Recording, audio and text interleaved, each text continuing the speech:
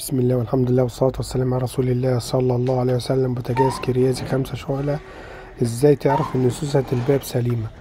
طبعا اول حاجة بفتح الباب وبشوف الشنكل اللي فوق دوت معدي في الفتحة بتاعته، فهو اول ما بتفتح الباب بيحك جامد. دي اول ما يبوظ البوتاجاز سوسة البوتاجاز سبب الحكة اللي بتحصل دي، لان في عجلة في الجزء اللي جوه اللي انا هوريها لكم دي بيمشي عليها الشنكل الكبير اللي فوق.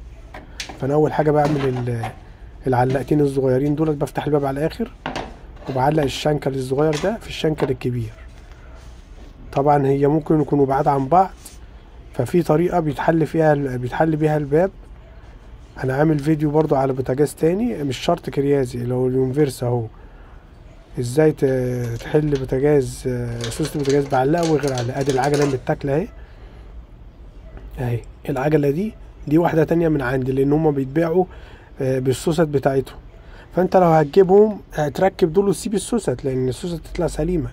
ادي 1 2 3. ده لازم يتحل الجنب بتاع البوتاجاز الكريازي الوحيد اللي لازم تحل الجنب بتاعه، والتكنو جاز القديم.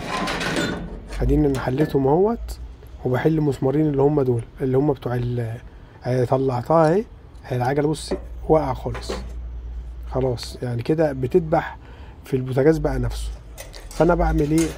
الصنايعي طبعا بيركبها بايده كده بتبقى سهله معاه.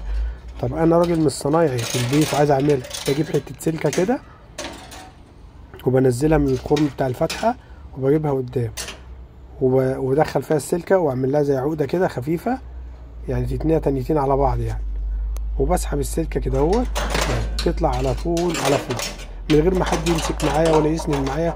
سهله جدا العمليه اهي.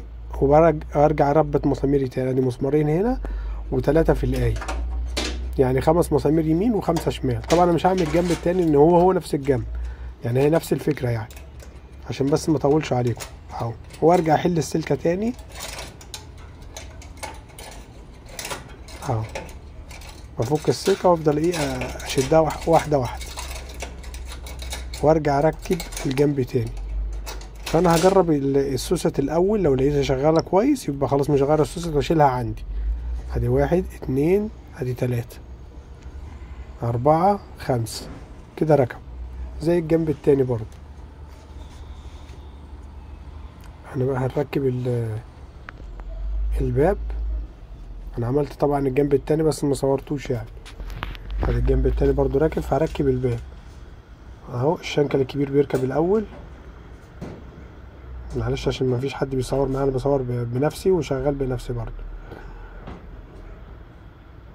كده ركبت الشنكل الكبير، والشنكل الصغير هيخش لوحده في المجرى بتاعته طالما انا معشق الشنكل الكبير والصغير. وبعد كده بنزل العلاقه بتاعتي كده اهوت اهي الجنب التاني اهو كده. السوسه طلعت سليمه الحمد لله. فاي حد اول ما يحس ان الباب بيحك وبيعمل صوت هيجيب حبه زيت اكل، حتى هو الافضل شحم. الافضل لو في شحم هتحط على الشنكل الكبير او زيت. والسلام عليكم ورحمه الله وبركاته.